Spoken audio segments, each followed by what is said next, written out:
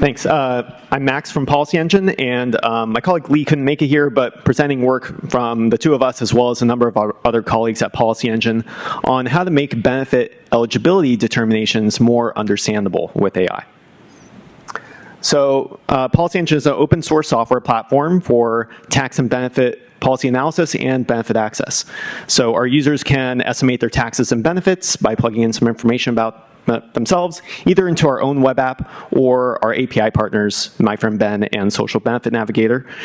They can also design custom policy reforms and see how those would affect outcomes like poverty and inequality. Underlying all of this is an open source tax benefit rules as code engine. Now, our users often ask questions like, why is my household eligible or ineligible for some benefit? Or where did these numbers come from? Or how would this change if my household situation were to change? And these are pretty complicated questions to answer, because there's a lot of interdependencies between different programs. Each individual program has thresholds, phase-outs, phase-ins. They depend on lots of different household characteristics. So when this question has come up, we've used some Python tooling, which enables us to basically generate a big text document that looks through what we call the computation tree.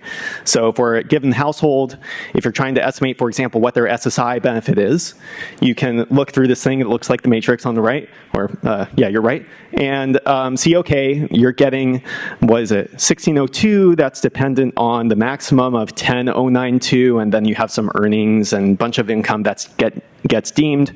So you can learn to use this. It's quite flexible, but it's not super interpretable. So our thought was, can we use AI to summarize the information from this computation tree we already have at our disposal? And the way we started with this was building a Streamlit app. So this is a great tool for prototyping with Python, building a dashboard where you can plug in information about household and the variable you're interested in. And we just take that tree and send it to a Claude 3.5 Sonnet API request, ask it to summarize it, and you get information like what's on the right here. So the result of 5176 is this household SNAP benefit, and that's because they get a maximum allotment of $766 a month for the first 9 months. It changes in October. There's some expected contribution, and it tells you some other information. And this is all coming from our rules engine, so it's not sort of making stuff up. There's not really room for it to do that. So it worked pretty well. So we decided to put it into the product, which we're finalizing now. And essentially, we're tracking the computation tree in our database and surfacing a new API endpoint that uses the Claude 3.5 Sonnet API, plus that new information, and we display it to the user. So let me show you how it works. This is PolicyEngine.org, where you can select compute my taxes and benefits, plug in information about your household.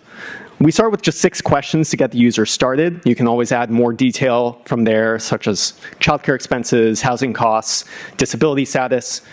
But basically marital status, number of kids, where you live, your earnings, and your age. Those are enough for us to estimate a wide range of different programs: SNAP, EITC, state-level tax credits, SSI. And so it's now computing all of that. And we get to the set of programs. You can see your benefits, total refundable tax credits, and your taxes. And once you get into, for example, the EITC, that's going to be the federal earned income credit, 6960. This is the new feature we've added. So it's now grabbing information from the LLM prompt that's coming from the computation tree, telling the user, okay, you're getting that much because that's the maximum amount for the EITC for a household like yours, and you've earned enough so that you're no longer in the phase-in range, but you haven't earned so much you're in the phase-out range.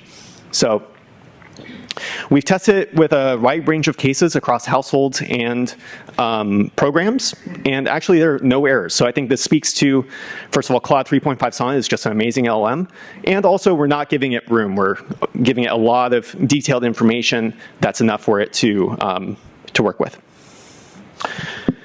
In terms of where we're going next, we've already found it useful internally. When we get questions like these from our users, we can quickly debug and figure out what's going on.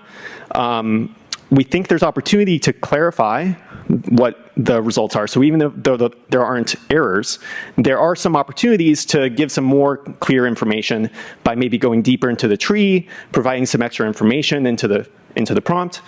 But basically, it's enough for us to really believe this could be a great feature for bringing into our API customers to help them get people across the finish line, really give them confidence in the results that we're providing so that they can complete their application.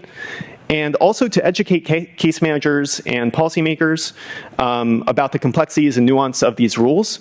So we're really grateful we had the summer to explore using the best of rules as code, combining with AI to democratize access to high-quality, personalized calculations around benefit information. So with that,